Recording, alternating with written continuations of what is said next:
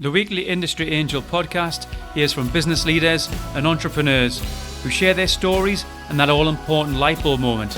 This can inspire us all and maybe scratch that itch and kickstart that idea that keeps you awake at night.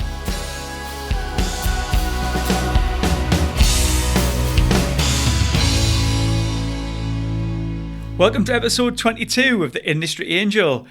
Welcome to our new listeners that have found the show. Lovely to hear from you guys. Remember to review the show on iTunes. Always on you for that. Spread the word.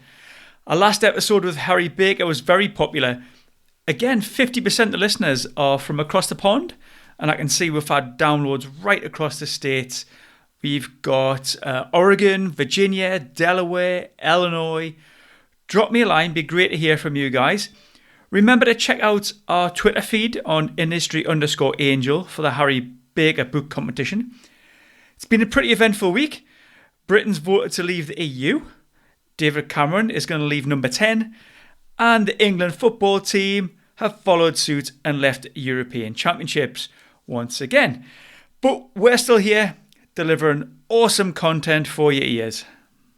Today we have the founder and CEO of Bozza.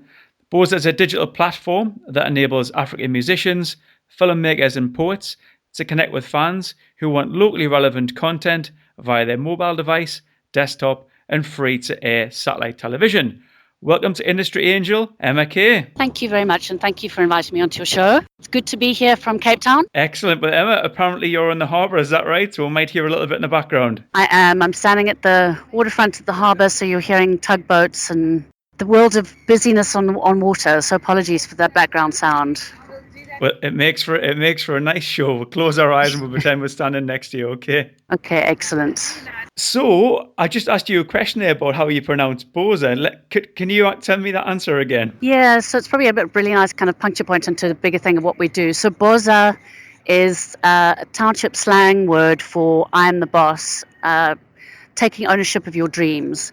And really that is the very fundamental premise of what Bozza is about, in that we feel very passionately that the mobile device is an amazing platform which can enable so many different economies in Africa, because it is the ubiquitous screen that everyone uses. But there's so much that's spoken around in terms of mobile banking and education and health, all of which are incredibly relevant, but we never hear anything spoken around the creative economies. And we feel very passionately that the mobile phone is a incredible way to unlock the creative currencies on the continent. The UN put a report out not so long ago saying that Africa represented 1% of the global billion-dollar industry in terms of GDP of the creative industries, which is incredibly sad. So what we basically looked at, which is really where Bozza, the name living your dreams or taking ownership of your dreams, is that there are so many people on the continent who sit below the glass ceiling, who are either musicians or poets or filmmakers, but they never get seen or heard because they don't have access to a broadcaster or a record label or a production studio. And they just take ownership of their lives anyway, and they produce what they need to do, and they create content for their local communities. So they're often trapped within their physical locality, and they'll play in taverns or schools. And we really took that word literally to saying artists are taking ownership and living their dreams, and they are the boss of their own creative trajectory, but now we can enable them to have a global audience through a mobile device. So that was a very long question, a very long answer to a very short question. Sorry about that. That's fine, and that was really put very well. So that was the vision, Emma, to start this platform was really to address that issue, yeah? Absolutely. And was that your dream, Emma? I mean, are you very passionate about this side? You know, are you an artist, or are you really interested in that? It's interesting. So I sound very English, but I'm actually from Zimbabwe. So born and raised on this continent, I feel very passionately about it. I went to university in England and I was doing stockbroking in London, and I just couldn't reconcile my own being with working in the banking industry. And I actually had to go back home to Zimbabwe for family reasons. And interestingly enough, as life has its way of taking on its own path, there was a big feature film that was being shot in Zimbabwe, and it was during difficult times in South Africa, and it had a black cast and a black director, being Morgan Freeman and Danny Glover. And my friend said, "Why don't you just get on this movie?" And I said, "Look, I know nothing about making movies." And she says, "Oh, come on, you can do it." So I did. I started working on the feature film, and that was the beginning of a whole new career path for me. It was like, I'm going to be. This is my world. I want to be in the world of entertainment. So the line producer asked me to come to South Africa, and I came to South Africa, which I worked on big films for a couple of years. But being a serial entrepreneur, there was an acquaintance who said, "Look, don't you want to start an animation company? It's such a very powerful medium in terms of film language." And not knowing anything about animation, I said, "Well, I don't know anything, but sure, I'll learn." And I guess that's the essence of being an entrepreneur, is that you're not frightened of risk and taking the jump. So I did, and I created my first company, co-founded it with Jackie Trowell, and it was and it still is the largest animation company on the continent. So we really created a very large industry, and it's now producing significant shows. We did Sesame Street, to name one. But the point about Triggerfish and being the first company of mine is that it really gave me a deep understanding into the value of content and how important content is. It can tell social stories. It can be transformative. It can be entertaining. It can be a multitude of things. So that was my first company. Are you still involved in Triggerfish? No, I'm not. I actually trained up the current owner and director. And they now own it. I just got very frustrated with traditional media and the long sales cycle around raising funding, getting it into broadcasters, the ownership of intellectual property. And most importantly, on this continent, it's still very elitist in terms of television making and certainly filmmaking. So that's kind of, I guess, where my passion was, of how can we enable more voices to be heard in the creative economy. And that led me to my second company, which was in 2002. And I really felt that the mobile screen was going to be the next device. And everyone said I was crazy because it was very early, which it was. But very quickly, we became the top 5 globally for Nokia, developing all their content and applications, and helping to move their Series 60 and 40 devices in Europe. And the only reason we managed to do that was really about understanding the value of content, is that content drives the uptake of technology, I firmly believe. Technology for technology's sake isn't anything without the value of content. And so we worked very closely with Nokia to say, who are your early adopters, and created content that was of value to those early adopters, which helped sell the devices. So that landed me in a very sweet spot of technology and entertainment. And that's kind of where I guess my own personal passion concretized, in that if we can use technology, specifically the mobile device, to enable people to be seen and heard in the creative industries, how wonderful. So it was a very big vision, a very big dream, which I kind of tried to pitch to various companies as a startup, big telcos, for instance, and everyone was saying, it needs to be local content, but no one was really actually executing local content. So I just bootstrapped myself for the first 18 months, and we worked with in 2 townships. I'm not quite sure what you call them in England. In America, they call them slums, for want of a better word.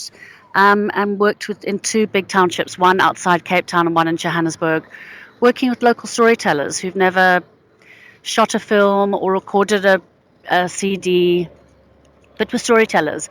And so we used the mobile device just to shoot very crude films of very profound stories. Yeah. And we had 40,000 in 2 days. It was like, okay, there's something of value here. There's definitely an appetite for locally relevant content. It's not all about the big names, as amazing as they are. So as much as people may want Nicki Minaj and Pharrell Williams, etc., there's a huge value in localized and relevant content in my own language, sung by my own people. So I managed to raise 2 rounds of funding at the time, which was one from Hasselplattner in Germany, and Omidia, which is the offshoot of Pyramidea eBay. And that got us into developing a very sound and robust platform.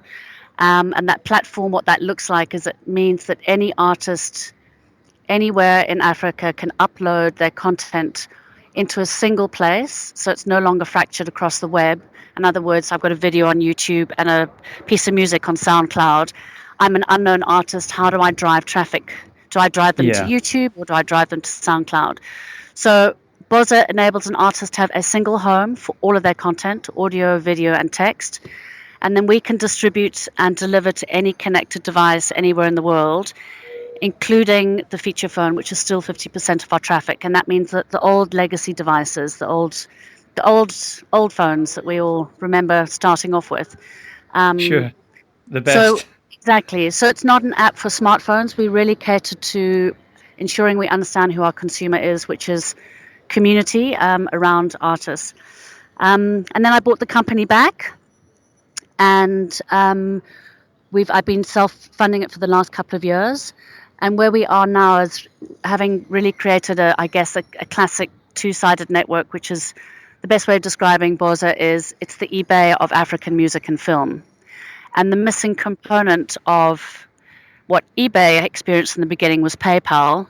Bozza has exactly the same problem. In other words, how do we enable artists to monetize and make sure Yeah. that we cut out as many middlemen as people? So the exciting thing is that that's what I've been focusing on in the last sort of 10 months. And on the 15th of June, we'll be launching for the first time ever a platform where artists in Africa can sell directly to their customer with few to no middlemen at all. And they can be earning anything between 60 to 70 cents out of every dollar as opposed to 3 to 6 cents, which is what they currently are Wow. earning. Huge So difference. huge difference. So really, for the first time, artists will not be exploited and they can sell directly into their community. And I can expand on that if you want. It's quite a complex area around the payments, but I'm happy to chat that through if you'd like me to. Well, thanks for that. I mean, I just thought something you mentioned there was local content. So now we're talking Pan-African platform that anybody now can listen to local content right across, yeah? Absolutely. So we're talking unknown artists that can express themselves and gain access to audience, much further afield and expand their reach, yeah? Totally. You've absolutely got it. Excellent. So how many artists are we looking at, Emma? It's a very good question. I'm hesitating because I can't remember the latest number. Sorry. I think, no, I should know. Um, Well, I imagine think it's we've got about grown I think we've constantly, got yeah? about 16,000 or so, and we've actually that's Wow. the other very valid point is that we've actually spent in the last 2 years we've spent about £6,000 on marketing. That's it. So we've been focusing on the tech, and at this point the user base and the artist base has grown totally organically, which has been Yeah, quite yeah. extraordinary. And I don't really know how that's happened because at the moment we're now in Nigeria, Ghana, Senegal, Sierra Leone, Angola, Malawi, Zambia, Zimbabwe, South Africa, and growing. And I've missed a couple of countries. So Amazing. that as of the 15th of June, we're really going to be starting to push quite hard in terms of just getting people aware of what Boz is about. At this point, we've done no marketing. Sure, I'm going to put you on the spot again, Emma. How many subscribers do you think you have? At the moment, we've got very, very few in terms of other people's sites. I think at the Okay. moment we've only got about 60,000 uniques a year. I mean, sorry, a month. Again, we've done no marketing, so that's going to be the focus going live in June. We haven't Yeah. wanted to build up too much traffic until we've got the payments in place, because to move people from a free platform to a paid platform is much more of a challenge than if they already start on a platform where there's a choice of paid or promotional content. So that's very Yeah, much going to be totally a focus on understand. growing that in the next month or so. Yeah. Actually, that's a good point talking about costs because, Africa primarily is done through mobile devices rather than kind of Yep. desktop or tablet. So how does that platform affect sort of data costs? Such a good question. I'm glad that you brought it up. So one of the main kind of pieces of the technology that we spent a long time building was making sure that we could transcode and compress any file, whether it be video or audio, to the most compatible format for a device. So in other words, if you're on a small Nokia Express in Senegal, we will make sure that we will compress it and deliver it to that phone so you get the lowest possible data expenses and the most effective visually and orderly to that device. So we spent a lot of time making sure that we work on that, just because we understand how data sensitive our customers are. I'm amazed that is fantastic. I mean, you said that you've been working on the tech. I guess that's where you've been working, yeah. Yeah, absolutely. That's been a very critical part, because we started off looking at building what most people understand in the mobile space to be an app, and our target market predominantly do not have iPhones, so an iOS was hopeless. Yes, Android's growing, but it isn't enough to sustain an entire company. Certainly, we'll develop an Android app going forward, but a lot of our customers are still on the old Java devices, and to do a Java app was impossible. So we spent a lot of time understanding our customer and building technology that's appropriate for our customer. So just to give you another understanding is, let's say imagine you're in Ghana and you get a mobile phone for the first time. The first thing that most people do is that they will go to Google and they will search. So they won't go to a store and download an app. They will basically go to Google and search. So we've really understood the behavior of our users and our customers to say, what is their normal behavior and how do we fit in so we're not expecting them to learn new behavior. So we spent a lot of time on that part, which is a critical part, not just understanding the artist, but also our user. Sure. Would you say the platform's quite self-explanatory? I mean, you don't have people training and that kind of thing. No, not at all. I mean, it is, and if you're looking at it now from a desktop in England, or from a high-end smartphone, it's definitely at this point not optimized for desktop or smartphones. It's great, but it's not by no means perfect. Which is it's part of our tech roadmap going forward, is to obviously optimize for smart end phones, so that more and more people in the diaspora, whether you're in France or London or in the States, it's a familiar experience. I want to get some music from Zimbabwe because I happen to live in London and I'm on a smartphone, and we need to cater for that market as well. So that will be part of our roadmap going forward. Sure. I'm just going to say your roadmap sounds like it's planned out there. So aren't you crowdfunding this, Emma? That's such an interesting question. Wow.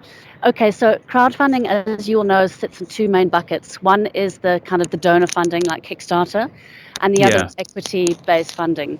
So historically, the equity-based funding like Crowdcube in England, which has been so successful, is restricted by obviously the regulatory environment, which means that if I'm going to help crowdfund or put some money into a crowdfunding campaign on Crowdfunder, I have to be a UK company and I have to be a UK or a European investor. So we actually, believe it or not, did a crowdfunding campaign 2 years ago now, a year and a half ago. I lose track of time. A very amazing platform, and we were just the first to launch with them, and we were too soon.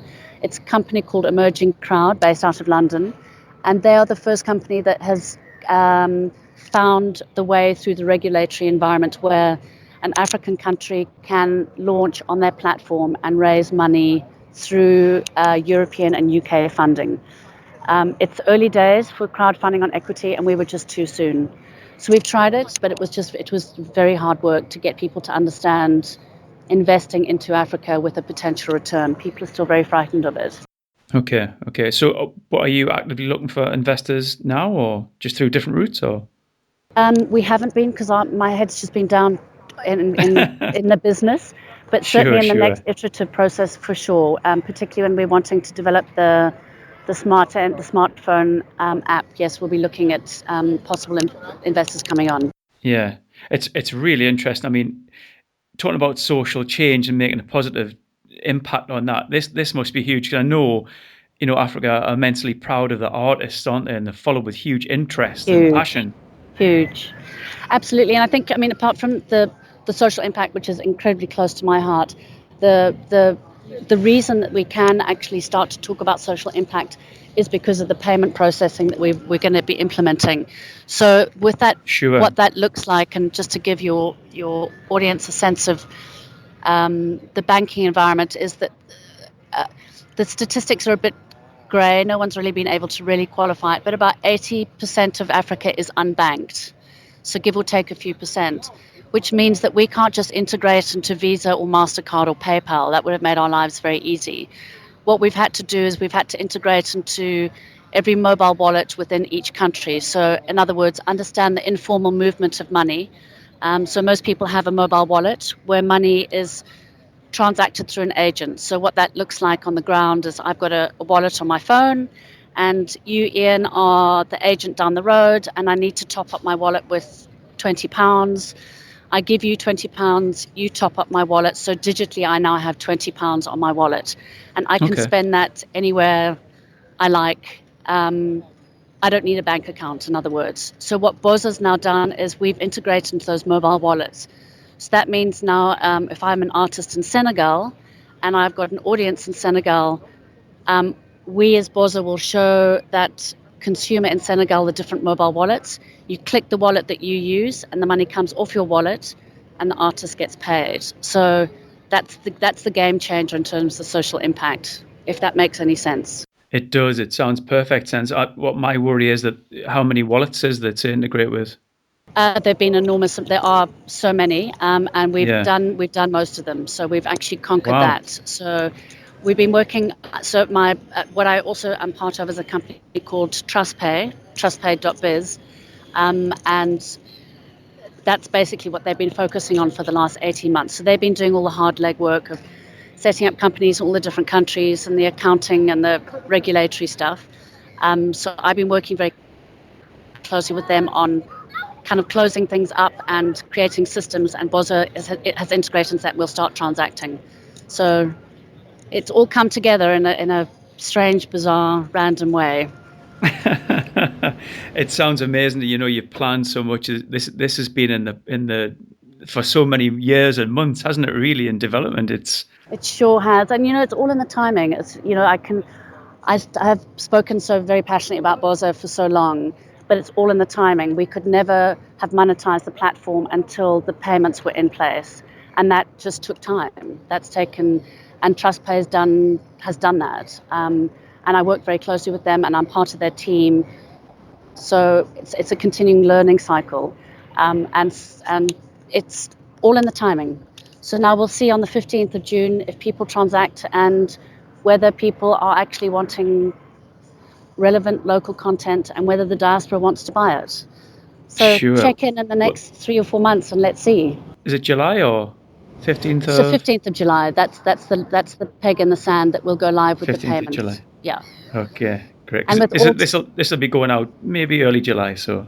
Yeah, exactly. So I mean, as with all tech, it'll be our kind of first iterative process. So there won't be beautiful fancy things like shopping carts, etc. It's literally being able to buy a track at a time, and then we can see what the appetite is, and then we'll move into shopping carts.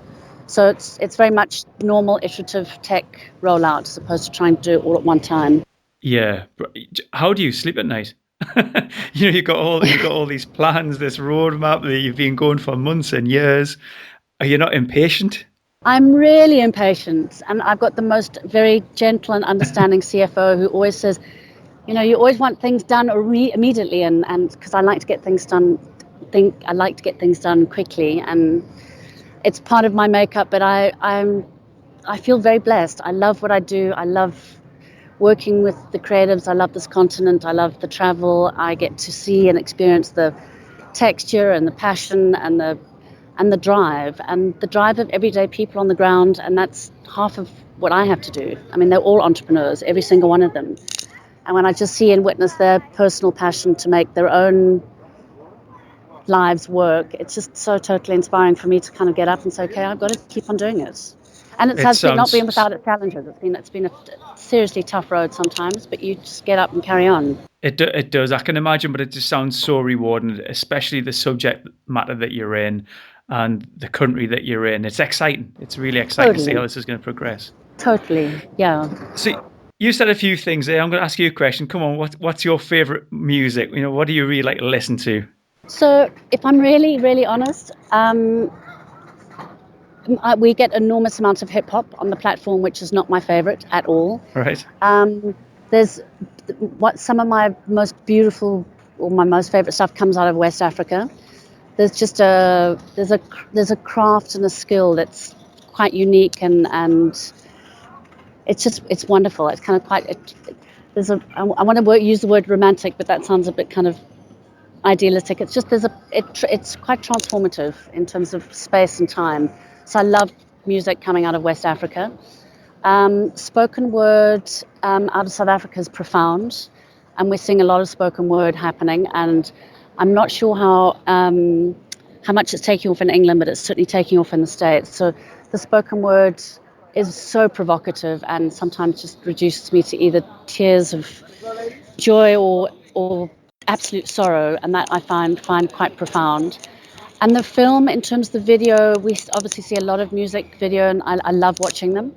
But what I'm starting to really enjoy is starting to see short drama series being shot by people who've never learned how to shoot a film before or have never edited Really? before. Wow.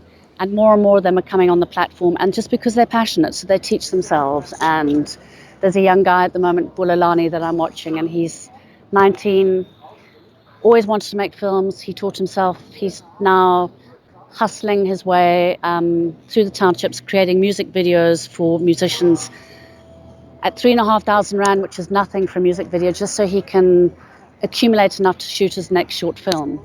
And that kind of passion totally drives me. And his stories are amazing. Yeah, it rocks my world just to see those kinds of elements come together.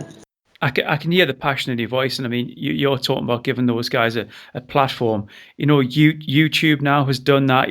There's people out there who are professional YouTubers. They've got their own channels. Totally. This is the version for Africa, yeah. Totally. And the thing is that we tried advertising, and that might unfold at some point. But the thing about it and you'll know, I'm sure, with YouTubers, is that you now need to be part of the system of YouTube, of a multi-channel network, and that the YouTubers promote one another, etc., etc. Sure. And you need huge volumes in order just to make money. And if you're an unknown artist sitting in the middle of Kenya, to get those kind of volumes, it's just impossible. But if they can sell a track to 1,500 of their customers, which we're already seeing, by the way, in terms of our POC, that gives them for the first time money they never had. So yes, you're right in terms of being able to enable people to be seen and heard like YouTube, but the payment processing and supporting them is different, obviously. Yeah. Wow, I'm so excited to see how this is going to go. Me too. Me too. It's all an unknown, and we'll see. The vision is there, but we'll see how it all unfolds in the next few months, 6 months to a year. Yeah, excellent. Well, we're going to have to maybe hook up again in a year or so's time and see how it's gone. Absolutely, I'd love that. That would be really great. Well, Emma, thanks for your time. It's actually been beautiful sitting listening to your background, because I can imagine where you're sitting or what. Take a photo for us, please. I will definitely, absolutely, I'll take a photo of the harbour. I've got seagulls and seals swimming, and yes, it's a beautiful winter's sunny day. I will take a photo. And thank you for your time. No bother. I'm going to add that photo to the show notes on our website, and also I'll put some links up to your Twitter feed or wherever. We'll sort that out. And again, thanks for your time, Emma. It's been brilliant. Thank you very much, Ian.